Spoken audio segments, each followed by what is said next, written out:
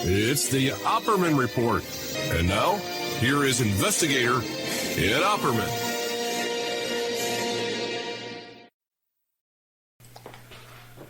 Okay, welcome to the Opperman Report. I'm your host, private investigator Ed Opperman. You can find me at Opperman Investigations and Digital Forensic Consulting, either through my website, emailrevealer.com, or you can just email me directly at oppermaninvestigations@gmail.com. If you like our show, be sure and check out our Spreaker. Every Friday night, our archives are free. You go to Spreaker.com, where we are right now. It's 8 p.m. Oh, my goodness, March 31st. It's going to be April Fool's tomorrow. I must be the biggest fool on the planet for doing this for 10 years. But what do you call it? Opperman Report, Spreaker.com. You can sign up for free. There's a chat room with really cool, friendly people. And you get an email notification when I put up new content. I play repeats every night, and I do an exclusive live show every Friday night. It's no longer exclusive because we do give this show over to the stations now, unlike we used to. Now, our Patreon, if you like the show and you don't like the commercials, or you think you might miss a show every now and then, you say, oh no, did I miss something good? You can join our Patreon. Opperman Report Patreon. Now, here's the deal with that. We just put up a little survey because we care what the listeners think. And did I put up? Let me pull it up here again. About, what are you looking for us to do here? Now, here's the situation. We're getting a lot of drop-offs on the Patreon, subscribers to the Patreon, which is as little as $3 a month, and you get all the content commercial-free. But there's also other levels if you want to support more, $5, $10. I think there's even a $20 section. And there's an exit poll when people unsubscribe. And everyone's saying, well, I can no longer afford this. My financial situation has changed. Well, I got to be blunt with you. If you can't afford to support the show, I can't afford to do the show. Okay? So tomorrow is going to be the day. Between now and tomorrow is when we calculate what this month's payment's going to be. And I have people that work for me that also have to get a piece of that payment. So it's a difficult situation. And if we cannot increase the Patreon subscriptions to a reasonable level, that's it. I'm done. I can't do this anymore. As it is now, it's tough enough. We have a good show on there. Andrew Woomer from the Clean Air Council. That's going to be coming up shortly on the stations and on the podcast. It's a very, very important show because it's about the East Palestine train derailment and the toxic chemicals that spilled over there, killing the wildlife and harming the people. And this group, this Clean Air Council that we're trying to support, is raising money to purchase air purification systems to put in people's homes. And this is to put in people's homes that have small children, babies, pregnant women, in order to save their lives. So it's kind of an important situation there. It's in Patreon now, and it will be, we'll probably be playing it next week. So that's a very important show that we need to support. I got some old repeats there. The Gilligan Manifesto with Kevin Solling, very interesting, intelligent fellow. We have that survey I was telling you about, which is also going to be going up free shortly. Right now it's for the members of how do they want to proceed, what we can do to improve the show. But we're going to be making that available to all the listeners that are online. Good old Turbo Paul, the art thief, turns into art recovery. We got a classic episode with him. Professor Mel Heyman, burying in the lead, the media and the JFK assassination. The Barzini meeting. Just think, man, for years and years and years, I've been warning you. And I was repeating myself so much that I played a clip from The Godfather where Don Corleone was repeating himself, warning his son, but whoever arranges this Barzini meeting, that's going to be the traitor. That's going to be the one that's going to betray you. And I was warning you about these Twitter characters and frauds and con artists that have bought a microphone and put a microphone in front of their face in the past couple of years, this growth. They're elevated artificially on Twitter and basically spewing a bunch of BS that they have no actual involvement. The only information they're sharing with you is stuff that they Google online, which is, of course, controlled by the very people who we're trying to be reporting against. And they're just repeating other people's reporting. And I've been warning about this, and then we just seen it happen to me. This big ambush that took place earlier in the past couple of months with a bunch of bots and weaponized mental illness, people with mental illness, dangerous people, armed, kidnappers, homeless armed kidnappers that have been weaponized against me, and stalkers and all kind of harassers. Barry Levine, all the president's women, Donald Trump and the making of a predator. That's an oldie, but a goodie too. And there's some good stuff in there about this guy named John Tino, who was this organized crime figure in New York who claimed that Donald Trump used to visit these porn shops and porn theaters for rendezvous with porn stars and prostitutes back in Times Square. They used to call him Mr. Real Estate. And Mr. Tino was a widely discussed person behind the scenes as a credible source, then suddenly disappeared. I wonder, we're talking this week about Stormy Daniels. But, oh, by the way, who predicted that back in 2015 that Mr. Trump was going to wind up under arrest one day? What other presidential candidate during a primary has ever anybody predicted sooner or later this guy's going to wind up under arrest? He can never survive the scrutiny he's going to be under with all his tactics. And, he will be under arrest. And what do we have now? We have an arrest coming this week. I hope you can't hear that freaking chime coming over there with these notifications and with these wackos on all these people on Instagram defending Andrew Tate. And I love to try to debate me.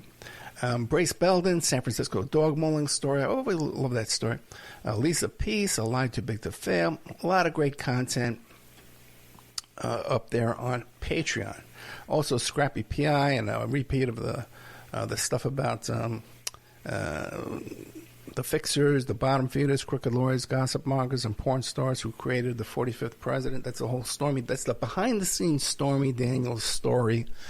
With all the folks that I know, Gina Rodriguez, the manager, Keith Davidson, her attorney, her original attorney, who was a legit attorney, Dylan Howard from AMI, the National Enquirer, all the folks that are in my circle. Okay, and I actually spoke to these guys before they published this book. I gave them some information that I had them on. They're coming back. One of them is coming back for sure. I'm taping with them next Wednesday. So here you got a guy who not only predicted the arrest of a presidential candidate during the primary in 2015, but actually happens to be involved and knows all the characters he's getting arrested for. I don't know. And you want to subscribe to somebody else's Patreon when you got this? Okay, go ahead. I'm done. How's that? Okay, well, if I'm not doing enough for you, man, that you can't increase your $3 subscription to a $5 subscription, then guess who's out of here? Ed Opperman. That's who. Okay. Filmed a lot of great content taped a lot of great content recently. Andrew Worm I told you about. Clean up the 14th, judicial reform. This is about the Alec Murdaugh district and the court system down there where he lived in what do they call that? The Low Valley or something in South Carolina. And we have a woman who's done a lot of investigation into the old thing we've been talking about, how these judges and these attorneys and politicians, or someone like in the Stormy Daniels case, where they take out second mortgages, and magically these mortgages are repaid. And it's a way of making bribes, paying bribes to judges and politicians and prosecutors with no paper trail. You can't bring them a bag of cash. You can't mail them a check. You can't do a wire transfer. All that's traceable. But if they take out a second mortgage or a mortgage on their paid-off home, and then suddenly someone else pays off that mortgage, there's very little ability to trace that transaction, okay? Especially if it's done with money orders and things like that.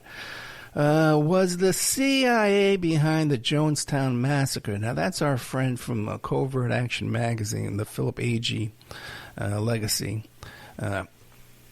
All kinds of good stuff I've been taping this week. I'm taping tomorrow with John Potash about it's some kind of assassination of one of the civil rights leaders. I forget which one it was back in the CIA involvement in that. So a lot of good stuff, a lot of good content for you to look forward to later on tonight.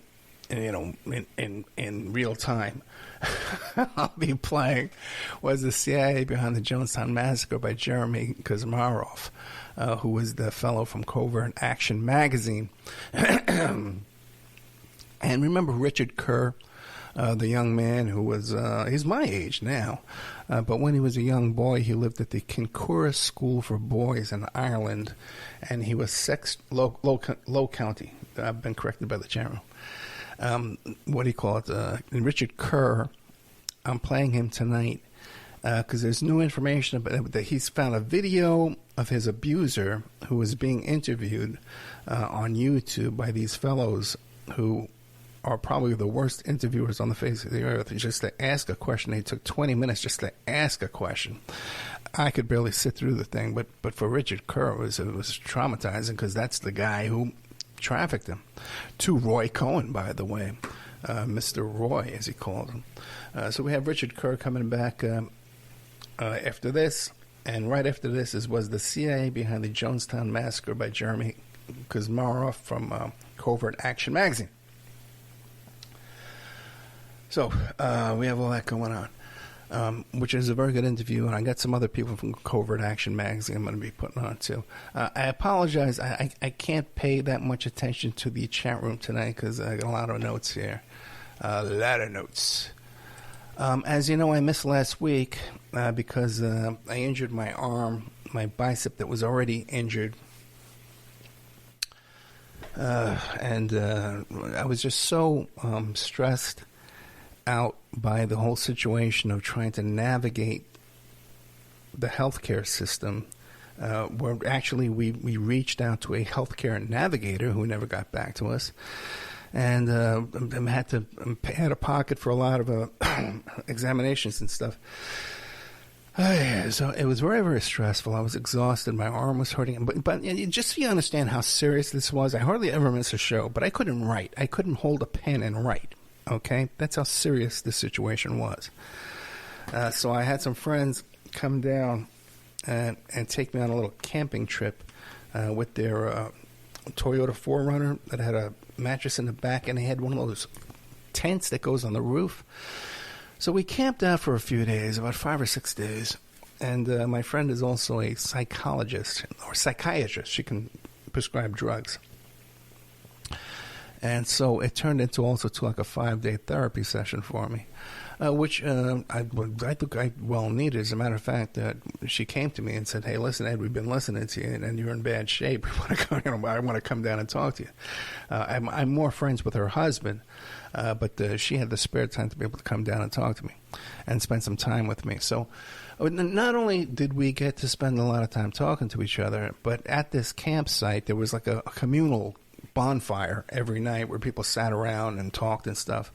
And fascinating to be exposed to people who have no clue who Stormy Daniels is, who have no clue about the Hunter Biden laptop, or if they do, they think that they have some kind of inside knowledge from what they see on TV, and just clueless about what the facts are, what's going on in the news, and things like that. Like I was all saying, "Hey, was Trump indicted yet? Anybody check the radio, the news?"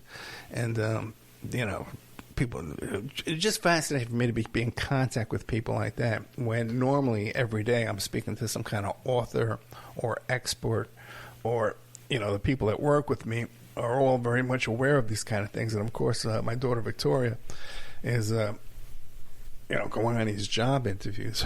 I wish I could tell you the stuff this kid is doing. She just got a new scholarship for a training course in her field of endeavor, and got a great letter of recommendation to a very, very high-ranking member of Congress right now for her communications position, like you wouldn't believe. But unfortunately, we can't talk about these things like we used to be able to because of the weaponized lunatics that are directed at me these days, sometimes up to 4 hours a day. Okay, just so you understand what's going on over here. I hope you don't hear that. These notifications, Instagram notifications. During my camping trip therapy session, okay, I discussed a lot of my frustrations with this work I'm doing, shoveling the sand back into the ocean here, thinking that I'm somehow benefiting the world by my work here, exposing things and interviewing people and giving people a platform to get elected or to raise funds for their different situations.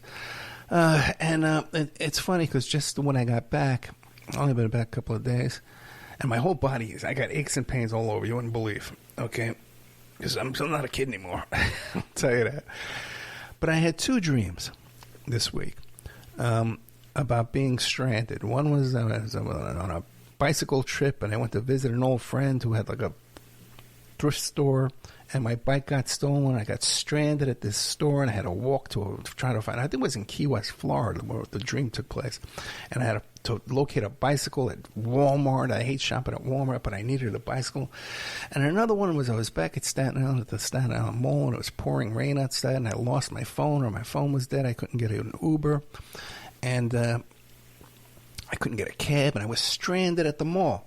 So I had these 2 stranded dreams, one right after another, very vivid dreams where I remembered them. So I looked up what the dream interpretation was, and that's a person who's stuck in life and feels that they're stuck in life.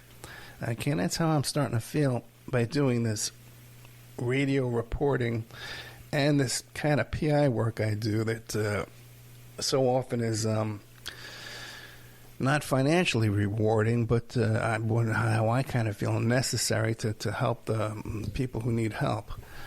So I'm at a crossroads in my life, and I'm telling you right now, if we don't see some dramatic increase in the Patreon, that I'm moving on in life, and I'll just put this place, I can put a tenant in where I'm living here and get a little travel trailer and just drive around and drive up down Pacific Coast Highway, go on hikes.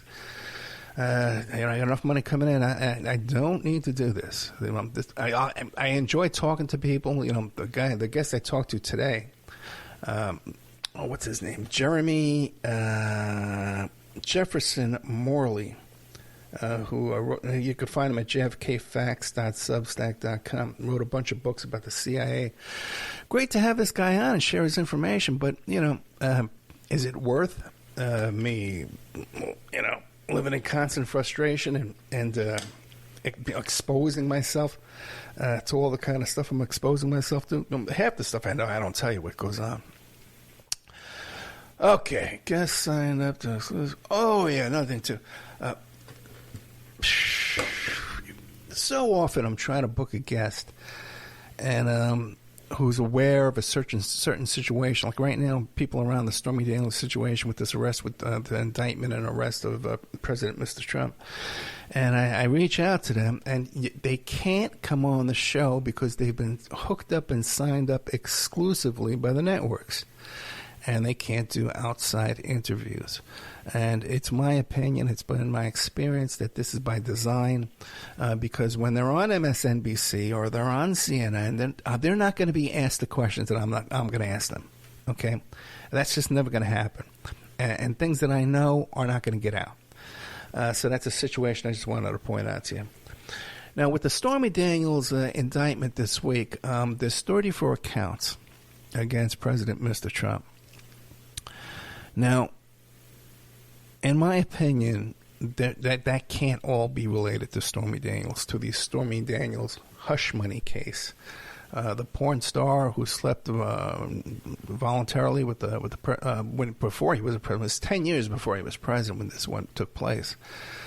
And as you know, I know just about everybody involved in that deal, and we've talked about that to death.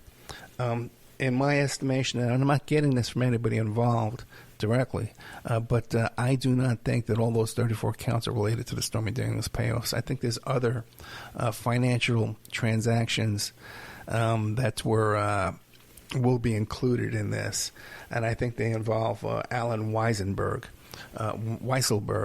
who was Trump's chief financial officer, who's in prison right now at 75 years old. So there's that. Now, one thing people don't realize that maybe even I haven't shared with you is that the folks that are behind this Stormy Daniels deal, people like Gina Rodriguez, who was my client, she was my agent, she was Stormy Daniels' agent, have also been involved in many of the other high-profile cases that I've described to you in the past. The Sarah Palin case came to me from Gina Rodriguez. Now, she shortly dropped out of that because I guess there wasn't profitable enough for her. And I continued on with the client Shelley Tripp on my own for no compensation. And that case wound up in Sarah Palin dropping out and declaring that she wasn't going to run for president after all of the evidence in the storage locker in the Alaska Sheriff's Department storage locker came to my office in Nevada. The same day I received it was the same day she made the announcement saying that people are making these allegations that my husband's having an affair, and that's why I'm not going to run for president. So it's the same people around that case, too. Now, so people who are trying to tell me around this campfire, well, all this Stormy Daniels, if this was true, it would be all over the news, and it's all politically motivated, and they're all paid off. Well, that's not the case, man, because I know these people, and they're not politically motivated. In fact, some of them, I would love to bring them certain situations. Right now I'm working on one. But they're conservative Republicans. They didn't want to take those cases. Gina Rodriguez, who was behind the Stormy Daniels deal, and who also made the decision to bring in Michael Avenatti, okay? Now, I got no problem with Gina Rodriguez, by the way. I have no gripe with her. We're no longer... we're not on bad terms. We're definitely not working together any longer. I had my whole church praying for her when she had some kind of medical issues.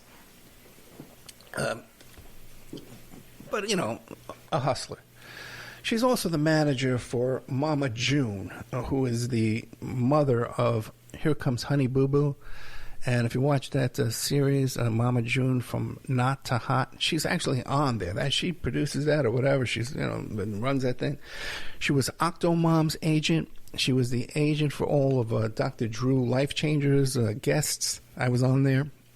She was also used to supply the Dr. Drew drug rehab people there. I met her through the Tiger Woods case. So a little background on the folks who are behind this Stormy Daniels deal. It's not a politically... By the way, Gina Rodriguez, too, she was a Heather Leather... The one, the last Wienergate woman, Sydney Leathers. Sydney Leathers. She was the agent for her, too, as well. And also, too, facilitated the first images that went forward that I actually recovered from the phone. The woman Maria, who was the poker dealer in Las Vegas, the first Wienergate case, how that wound up with over there with Bannon, I don't know. I have nothing to do with that part of stuff. I can only tell you what I know. So, what do you call? Who was that guy? Ashton Kutcher. That case too. She got me that case too. So, at one point, half the stories you saw on TMZ each night were produced by Gina Rodriguez, who was behind the Stormy Daniels deal. Okay, and kind of screwed things up by bringing in this Avenatti character who thought he can get more money, and just wound up ripping off everybody in sight. Now, let's say we don't have time. I might need to take a mid break. Oh, we're doing good. We're mid right now. If I want to take a mid break, I can mid break right now. Well, there's a lot more coming, so don't go running away or going to sleep. Fascinating Michael Cohen Mea Culpa podcast and it's called Former Giuliani Henchman Lev Parnas Exposed the Trump Crime Syndicate. Now, I heard about this from a friend of mine on Twitter. He goes by the handle Human with a question mark, and then it's at HACITERADASTRA. And I got to tell you, he's a DJ in New York, and I'm super impressed with this guy. He's really tuned into what's going on. He listens to this show. I hope it's okay. I asked for his permission to say his name. I can bleep it out if I have a problem. If you have any problem, I'll bleep it out for him in the repeats. Now, the thing is, this guy's super tuned in to what's going on in New York. A very savvy guy. I've invited him on the show as a gift. He says, "Nah, I'm just a DJ. I'm a DJ in New York." You know, he's just into this kind of stuff. So he tips me off to this podcast with Michael Cohen and Lev Parnas. Now, Lev Parnas, what was it, like on 3 years on house arrest, and then got like 4 months in Otisville, I think it is, you know, and now he's back home on house arrest under this COVID consideration that they give you. But this guy's spilling his guts. Now, I've tried to book Lev Parnas before, and I'm going to reach out to him again because he's got some interesting information about the Hunter Biden laptop. Now, believe it or not, there's a connection between Stormy Daniels and the Hunter Biden laptop.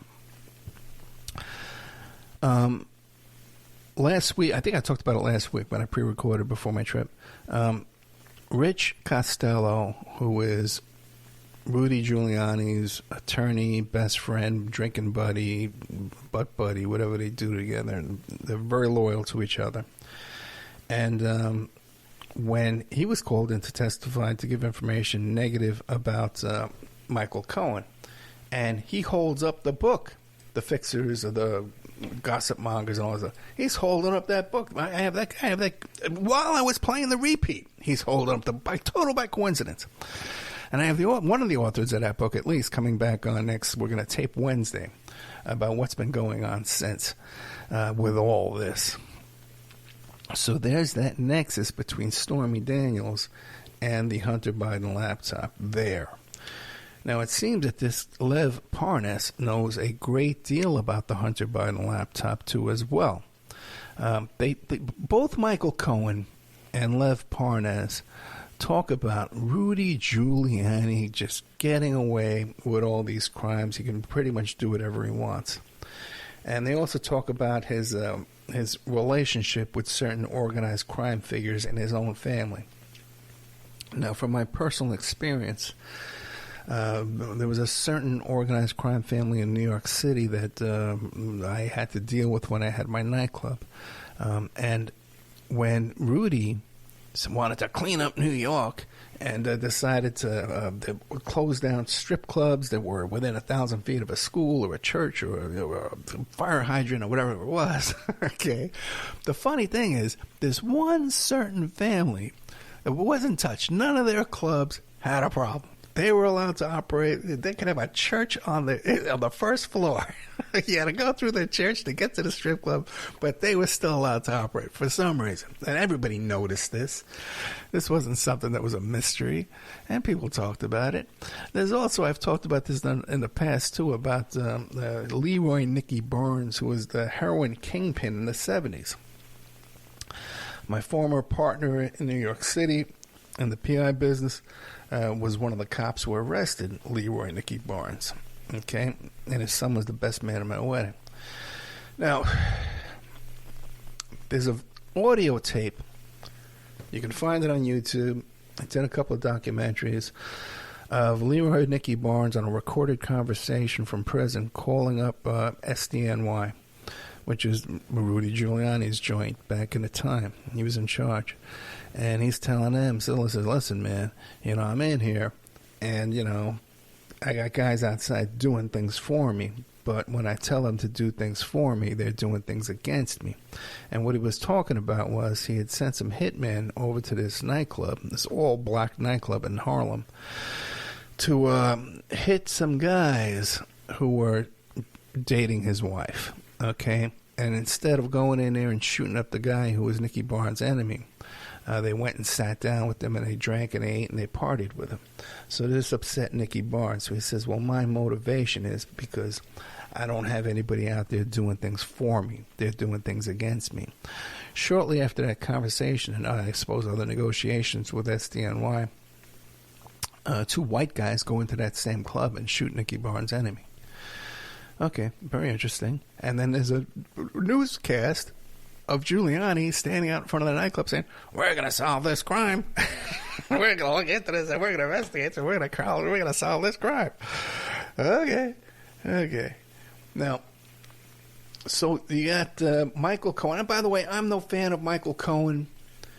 I've been told by reliable sources that Michael Cohen is still under the payroll of Jerry Falwell Jr., who is the whole situation with that pool boy, that good old Mark Ebner, who I think Mark Ebner is pissed off at me. He's not going to come back on the show. The pool boy with Jerry Falwell Jr., that Jerry Falwell, because Cohen stepped in when Falwell Jr. was being blackmailed. He stepped in and put a stop to it, and then Falwell gave the endorsement to Trump. Okay? And everybody knew about this a long time ago, before it hit all the papers and stuff like that, and before what's his name's book, Mr. Ebner's book, which is a great book. It's a great story. I'd love to get him back on the show. So Michael Cohen supposedly is still on the payroll of Jerry Falwell Jr., not to talk about Epstein and not to talk about Trump's abortions. Okay? That's what I've heard from the source who would know. Okay, if I said his name, you'd agree with it. He would know. Lev Parnas was his whole story. If you got to listen to this podcast, I recommend it. A couple of New Yorkers kind of cursing too much and putting too thick New York accents on, in my opinion. But Mr. Cohen is no broadcaster, that's for sure. But he knows a lot of stuff, and he knows a lot of people. They all know the same place. It's kind of made me feel jealous back in the old days when I was bopping around New York myself. Almost tempted to go back and see who would kick my ass. I went back after all the talking I've done. Now, one of the biggest things, I think that should be the headline of this show, that because Cohen says, well, what were they talking about me when you were hanging out with Rudy and you were working for Trump and you were meeting with the Ivanka and Jared? And he goes, oh, well, when they saw the pictures of you talking to Reverend Al out in front of your apartment, they knew that you flipped for the FBI. They knew that you flipped. Now, why would that make them think he flipped?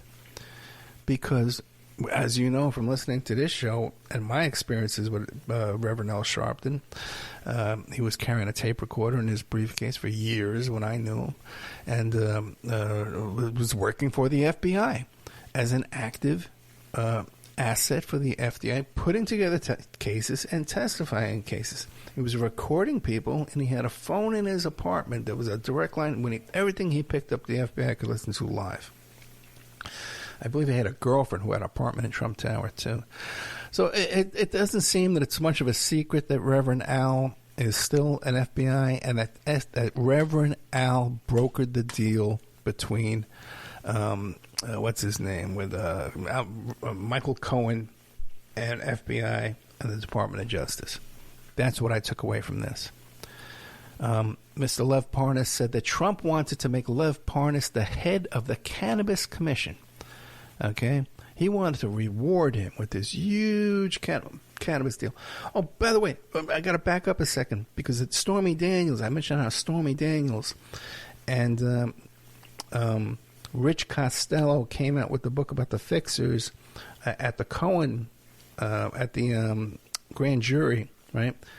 the reason why that connects to the Hunter Biden laptop is because Rich Costello was there during all these negotiations over the Hunter Biden laptop that Dr. Keith Abloh was in possession of and wanted $2 to $3 million for.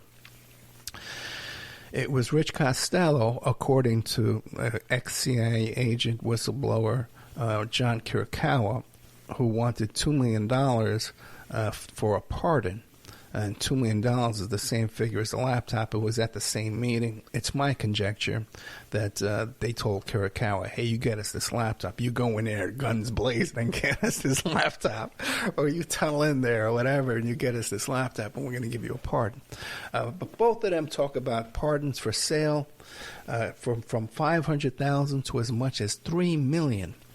That this was the going rate for the pardons that Mr. Jared Kushner put himself in charge of running all the pardons. They have a whole department at the White House for pardons, who gets pardons, they're vetting out people who get pardons, but this was just pardons for sale. Let's make a deal. Okay, we're doing good on time. Now get this. Lev Parnas, in this podcast, is talking about how, first of all, that it was Rudy Giuliani's agent in the Ukraine that got Hunter Biden the job at Burisma. Okay? Did you hear that?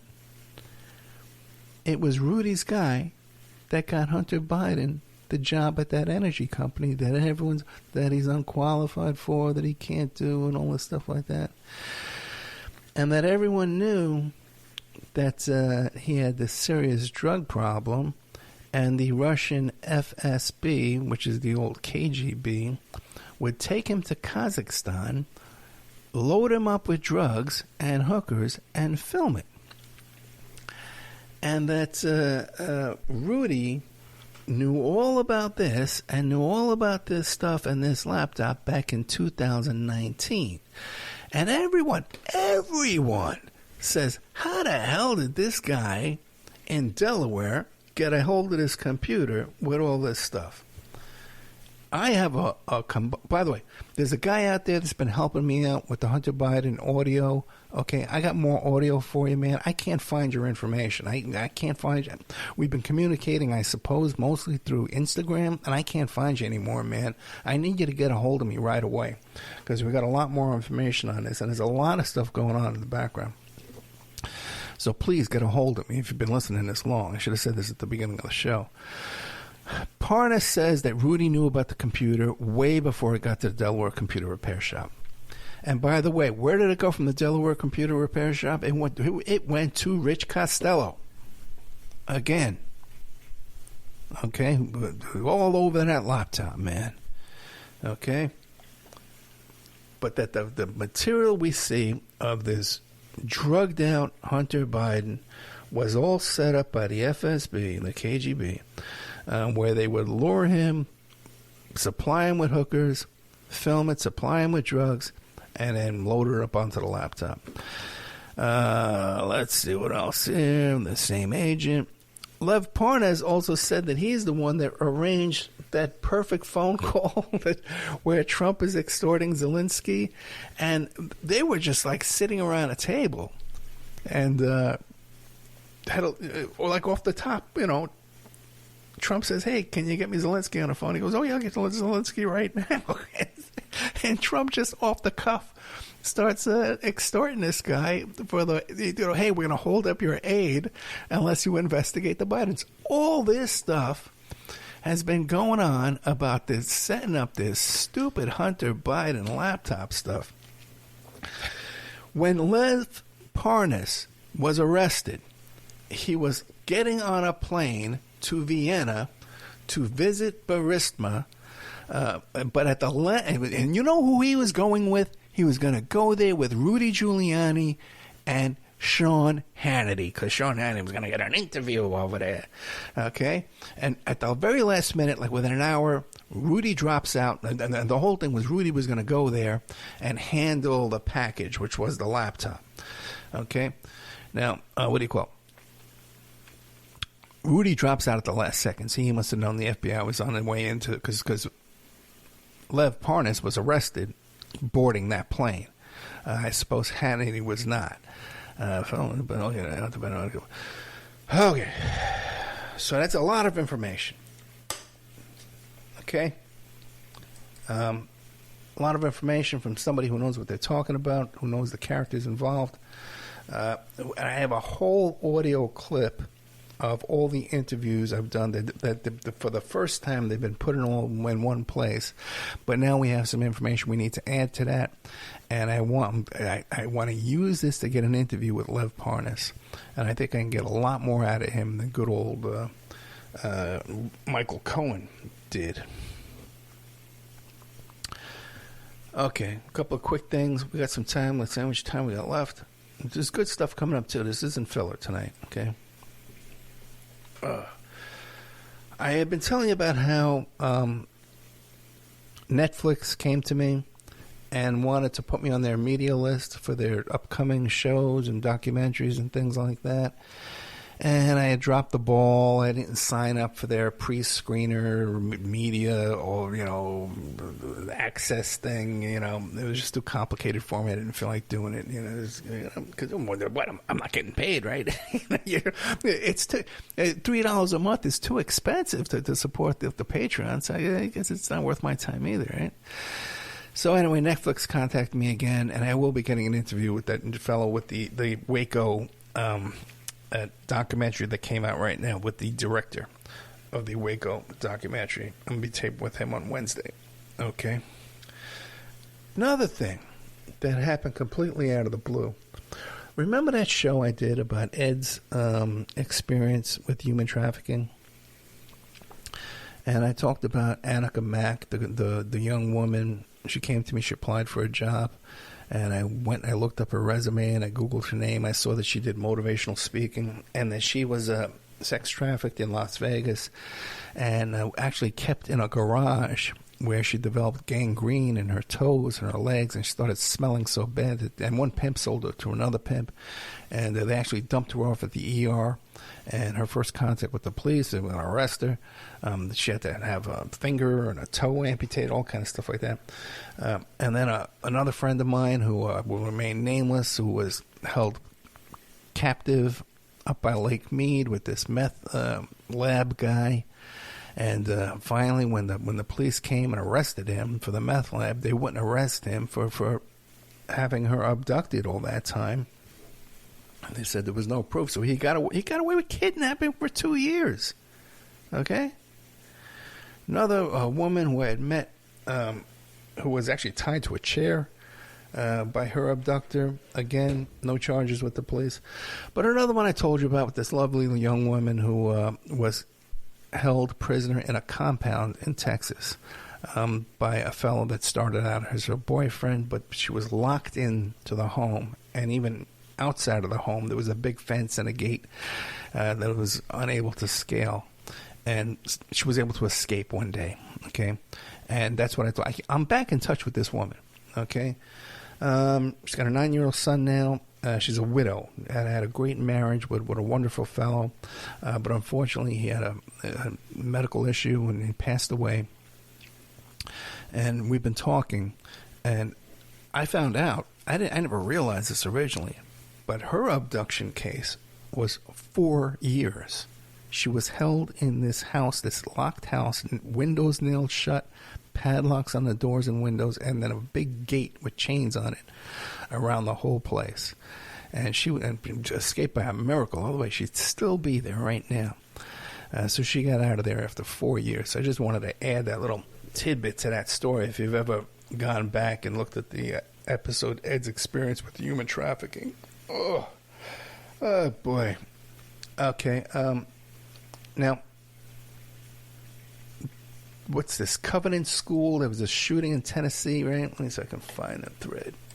Oh, God, here it is. Covenant Presbyterian School in Tennessee. And there was this horrible school shooting this week, and the shooter was trans. And now you got people like Marjorie Taylor Greene trying to make a whole deal about how this shooter, this school shooter, which is very rare to have a female school shooter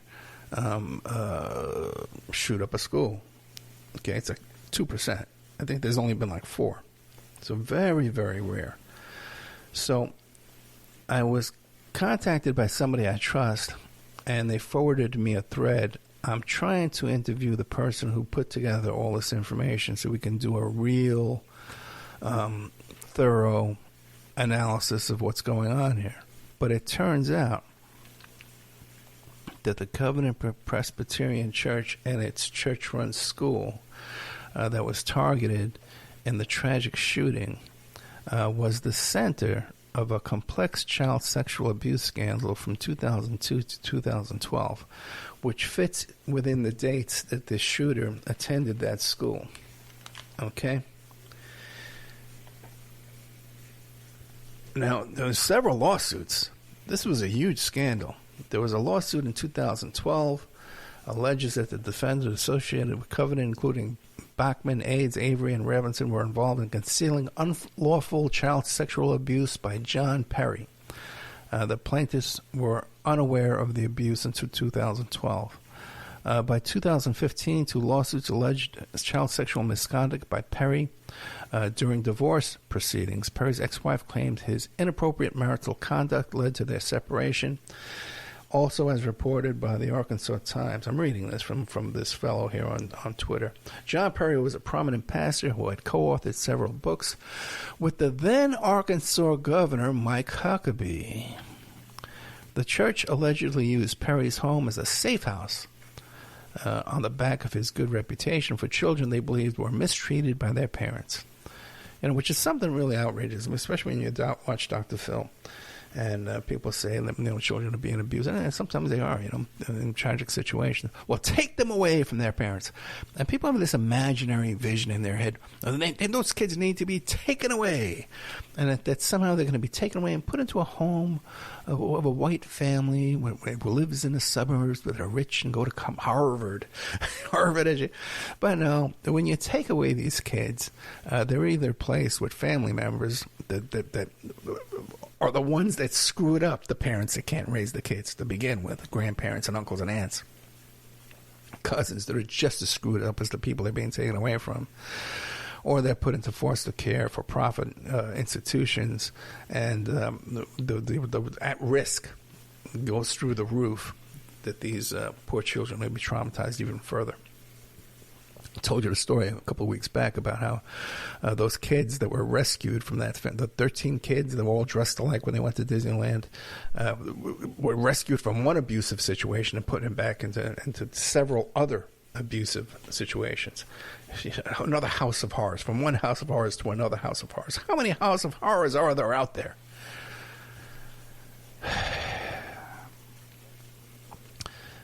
Now, so Mr. Perry's his home was used as a safe house. This arrangement allowed the church to remove children from their homes and place them under Perry's care, raising serious concerns about the safety and protection of these vulnerable children in the hands of a confessed child molester. In 2009, a family sought help from the attorney, Larry Crane, after being silenced for raising concerns about the children's safety in Perry's safe house. Crane, the attorney, later filed a $3 million lawsuit against the person who reported the abuse while representing Perry. You understand? Parents went to an attorney and said, hey, this guy Perry's abusing my kids. And later on, that same attorney represents Perry and sues reporters, families who reported abuse against Perry for $3 million. You follow? Okay. Now, this is from newspaper articles and stuff, So we got to get this guy on the show to get the whole thing. Additionally, the Davies sued Covenant Presbyterian Church and parishioner Llewellyn, accusing the church of covering up for confessed child molester John Perry and putting children in Perry's so-called safe house. The family claims they were harassed, assaulted, threatened for raising concerns about the church's concealment of child sexual abuse. Despite the scandal, local media in Nashville has not covered the stories involving John Perry, who admitted to sexually molesting his daughter in court. The Presbyterian Church Association was reportedly going to bring charges against Pastor Jim Bachman of Covenant, another church member who was implicated in enabling the abuse, yet no one has been charged in connection with the child sexual abuse. If you just tuned in, we're talking about the school in Tennessee that was just shot up by this school shooter, okay, who was a student at that school during this period of time when all this abuse was going on. Why isn't this being reported in the mainstream press? There's plenty of links here, okay? Got to get this guy on the show, man, to really flesh this out. Now, this leads to the question, when females only commit 2% of all mass shootings and have only committed 4 of the 140 school shootings before this event, could this have been a carefully plotted vengeance mission? You notice at the beginning of the reporting, they kept saying, oh, no, she wasn't targeting anybody in particular. No one, police don't think anyone was being targeted. This was random. Nobody was being targeted. Why did they keep bringing that up? Yeah, they never bring that up in any of the other shootings, that there were targeted people, you know. Did Audrey Hale decide to partake in a tragic act of vigilante justice to try and bring attention to sexual crimes for which no one had ever been forced to pay? The ages match up. Audrey, born around 1994, would have been an elementary middle schooler sometime between 2002 and 2012 when the alleged abuse happened. Covenant Presbyterian taught kids from K-6 grade. Could Audrey have been a victim too? I see a picture of this poor kid, Audrey, when she was younger. Below is a link to a document to a database outlining the sequence of events of Covenant sex crimes and cover-ups. By the way, I should credit the author of all this. His name is Right Side of History, TM, at XXCLUSIONARY. What the hell are they trying to hide, he says. As a disclaimer, he's saying there's no way he excusing the actions of Hale. You know, sure, school shootings are bad. We can all agree with that, even if there are a bunch of child molesters being shot up. And he did shoot up kids, you know, or she, this trans individual. I'm not sure which way they trans. But you know, shooting up kids is wrong no matter what. You know, even if you're shooting up a kid if someone abused you. You know, there's some type of revenge. And even that's wrong, you know. Some people would say an eye for an eye, but I don't believe that. Hey, now, another potential piece of the puzzle, Hale messaged her middle school basketball teammate on social media, informing her she was going to die by suicide. And one day this will make more sense, Hale wrote. I've left behind more. And then they have a screenshot of her saying how... And by the way, the person she sent this to was given the runaround. She's called up suicide hotline. She's called up the sheriff, called up everybody in town. No one did a damn thing. Now, also, too, all this could be resolved if the Tennessee cops down there would release the manifesto written by the shooter. It was posted online. There's no reason why we shouldn't be allowed to see this. But we're not. And, you know, in the old days, like when I was first doing my email investigations and my online investigations, way back in the 90s, and you know, before anybody was doing this kind of thing, if there was a major incident like that, this stuff was left up online long enough for you to find it. You know, now it's taken down in seconds, in minutes. There's some kind of a mechanism in place. They don't want you knowing what's behind these crises and tragedies and all kinds of stuff. Man. They don't want you knowing anymore. I found all that stuff on John Mark Carr. It took me a couple of days later I was finding it, you know? And then I passed it on to CNN and Court TV and stuff, and some sources I had around those areas to publicize it. Okay, we're out of time. I'm exhausted. My back is killing me. Coming up next is, was the CIA behind the Jonestown Massacre by Jeremy Kazmarov from CovertActionMagazine.com. Now, I got to tell you something. There's a lot of stuff in this that I'm reporting that I had never heard before. And you know me, man. I've interviewed a lot of people that were at Jonestown, that studied Jonestown. A lot of people. So there's a lot of new stuff in this. So I encourage you. This is not a repeat. This was the CIA behind the Jonestown Massacre by Jeremy Kazmarov. That is not a repeat. It's a brand new content. Keep your eye out for it. There's brand new information in there that I know you have not heard before, because there's stuff in there that I have not heard before. Guys, thank you so much. Now, like I said, today's the 31st. Tomorrow's going to be April 1st. I'm serious about this, guys. I've been doing a show for 10 years. This has been thankless work. I've taken on a lot of abuse, a lot of threats, I've got a lot of serious harassment. There was an incident one time that went back when I was investigating a certain thing. I've never talked about it, but physical altercations. Now, if we don't get some support on Patreon, or if you want to make a donation, go to OppermanReport.com, make a donation. Okay? If I can't get some financial support from the listeners to show me that you want me to keep doing this, I'm not going to keep doing this. And that's just that. No hard feelings. Okay? No hard feelings. Trust me. Okay? If you can't afford it, I can't afford it either. How's that? All right, so you can go to Patreon, and you can become a member for as little as $3 a month. Or if you're already a member, you can increase your membership by a couple of bucks a month. Just go from 3 to 5 and go from 5 to 10. It's not a lot of money, guys. Okay, but if we had 1,000 people do that, just imagine the kind of work I could be doing for you. All right, just imagine the kind of work that someone who knows the people involved could be doing for you. Not a guy that's Googling. Some of these guys are great Googlers. But let me tell you something. There's a lot of stuff that I've seen on Google a couple of years ago that's no longer on Google. Even myself, get this. It used to be when you Googled Ed Opperman and you went to images, you saw 20 pictures of Jeffrey Epstein. No, you don't. Okay? Because it's all controlled. It's all rigged. Okay? It's all rigged, guys. All that information you think you're so smart that you're getting what they want you to have. I'm giving you what I know from the people involved. Give me a break here. Patreon, Opperman Report Patreon. You go to OppermanReport.com. You hit the donate button. You can go straight to PayPal. Opperman Report at PayPal. Make a recurring donation of $2 a month, and I'd be happy. Okay? And great show. Don't quit, Ed. We love you. You're the best. Yoo-hoo, the best. You're the best at getting beat around. Okay? All right? The best at being targeted by weaponized lunatics. All right? All right, guys. Good night. Thank you so much. Chat room, I'm not mad at you. I love you. And I do love the listeners, too. Everyone does support the show. I do love you for that, too. Don't send me an email saying, hey, Ed, I can't afford it. I understand if you can't afford it. But there's plenty of people that can't afford it, okay? There's plenty of people out there that can't afford it. All right? So that's all I'm saying. Give you a lot of information tonight. All right, guys. Good night.